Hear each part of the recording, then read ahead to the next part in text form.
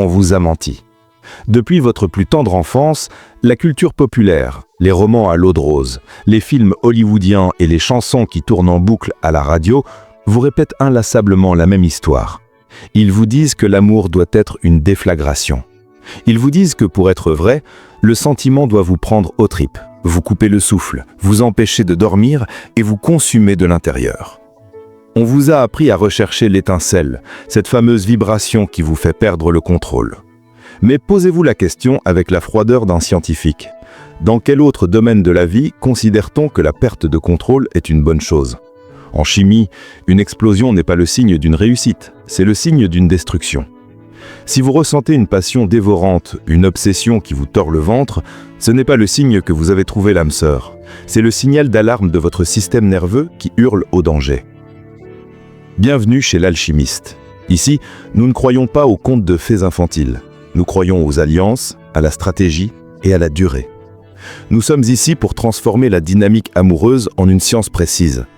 Et la première étape de cette transformation consiste à déconstruire le mythe le plus toxique de notre époque, l'idée que la passion est le fondement de l'amour.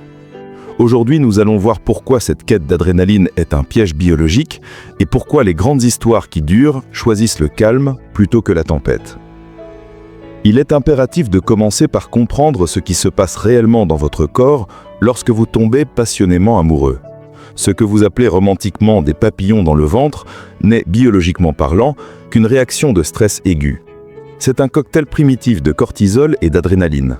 Votre cerveau reptilien ne fait pas la différence entre l'excitation de rencontrer un partenaire potentiel et la peur d'être rejeté ou attaqué. Cette anxiété, nous avons été conditionnés à l'étiqueter comme de l'amour. C'est une erreur d'interprétation fatale. Lorsque vous êtes obsédé par quelqu'un, lorsque vous guettez un message pendant des heures, lorsque vous analysez chaque virgule d'une conversation, vous n'êtes pas en train d'aimer. Vous êtes en train de souffrir d'un sevrage chimique. La passion fonctionne exactement comme une machine à sous au casino. C'est le principe du renforcement intermittent.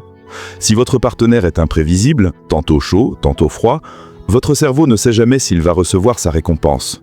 Cette incertitude génère des pics de dopamine bien plus violents que la stabilité. Vous devenez accro non pas à la personne, mais à l'imprévisibilité de la relation. C'est pour cela que les relations toxiques sont souvent les plus intenses. Elles sont passionnelles parce qu'elles sont insécures. À l'inverse, une relation saine, stable et prévisible ne génère pas ces pics de stress. Elle peut donc paraître ennuyeuse à un cerveau qui a été habitué au chaos. C'est ici que la majorité des gens échouent. Ils confondent la paix avec l'ennui et l'anxiété avec l'amour. Si nous prenons du recul historique, nous constatons que l'obsession pour le mariage d'amour passionnel est une invention très récente, une anomalie dans l'histoire de l'humanité. Pendant des millénaires, les élites, l'aristocratie et les bâtisseurs d'empires n'ont jamais fondé leurs unions sur des sentiments éphémères, ils les fondaient sur des valeurs communes, sur une compatibilité de vision et sur la capacité à construire un patrimoine. Ils savaient une vérité fondamentale que nous avons oubliée. La passion est un feu de paille. Elle brûle haut, elle brûle fort, elle aveugle, mais elle ne dure jamais. La science est formelle à ce sujet. L'état biochimique de la passion amoureuse a une date de péremption située généralement entre 18 et 36 mois. Une fois que cette drogue se dissipe, si vous n'avez rien construit d'autre que cette émotion, il ne reste que des cendres. C'est là toute la différence entre l'approche moderne, qui est une approche de consommation immédiate, et l'approche dynastique, qui est une approche d'investissement à long terme. L'approche moderne cherche à vibrer. L'approche dynastique cherche à durer. Imaginez que vous deviez construire un édifice qui doit tenir 1000 ans. Le bâtiriez-vous sur un volcan en éruption, sous prétexte que la lave est fascinante à regarder ? Non, vous chercheriez le terrain le plus stable, le plus solide et le plus ennuyeux possible géologiquement. Il en va de même pour votre vie sentimentale. On ne bâtit pas une cathédrale sur un tremblement de terre émotionnel. Le véritable amour, celui qui permet de traverser les décennies, de lever des armées, de construire des fortunes et d'élever des héritiers, commence souvent là où la passion s'arrête. Il ressemble moins à un feu d'artifice qu'à un feu de charbon. Il est constant, il chauffe durablement et il est fiable. Pour atteindre ce niveau de relation, il faut opérer un changement radical de paradigme. Il faut arrêter de chercher quelqu'un qui vous fait perdre vos moyens pour chercher quelqu'un qui vous rend vos moyens. La bonne personne pour vous n'est pas quelqu'un qui crée du suspense dans votre vie, c'est celle qui apaise votre système nerveux.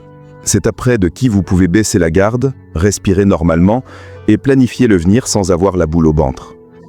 Ce que beaucoup qualifient d'ennui dans une relation saine est en réalité de la sécurité. Pour une personne traumatisée ou habituée au chaos émotionnel, la sécurité semble fade. C'est comme proposer un verre d'eau pure à quelqu'un qui a passé sa vie à boire du soda. Au début, le goût semble absent, mais c'est eau qui permet la vie. L'ennui, ou plutôt la sérénité, est le luxe suprême des âmes qui ont trouvé leur port d'attache. C'est dans ce calme que l'on peut se concentrer sur l'extérieur, sur ses projets, sur sa carrière, sur sa mission de vie, soutenue par un partenaire qui est une fondation et non une distraction. La stratégie de l'alchimiste est donc simple mais mi-pitoyable. Lors de vos prochaines rencontres, méfiez-vous de l'étincelle immédiate. Si vous rencontrez quelqu'un et que tout de suite c'est magique, intense et que vous avez l'impression de jouer votre vie, fuyez. C'est votre traumatisme qui reconnaît un autre traumatisme. Cherchez plutôt la combustion lente, cherchez la cohérence, cherchez la fiabilité. Regardez les actes, non pas les promesses. Regardez la gestion des conflits, non pas la poésie des déclarations. Il est temps de devenir adulte dans vos relations. La passion est un divertissement pour les adolescents. L'alliance est une stratégie pour les souverains. Vous avez le choix. Vous pouvez continuer à chercher des montagnes russes émotionnelles qui vous laisseront épuisés et seuls au bout du tour. Ou vous pouvez décider de bâtir un empire personnel avec un partenaire qui sera votre allié le plus fidèle. L'amour n'est pas une loterie, c'est une construction architecturale. Ne laissez pas vos émotions dicter vos choix, laissez votre ambition le faire. Si vous êtes prêt à abandonner les mythes pour embrasser la réalité, si vous êtes prêt à transformer votre vision des relations pour accéder à une vie de haute valeur, vous êtes au bon endroit. Abonnez-vous à l'Alchimiste. Nous ne faisons que commencer à décoder les règles du jeu.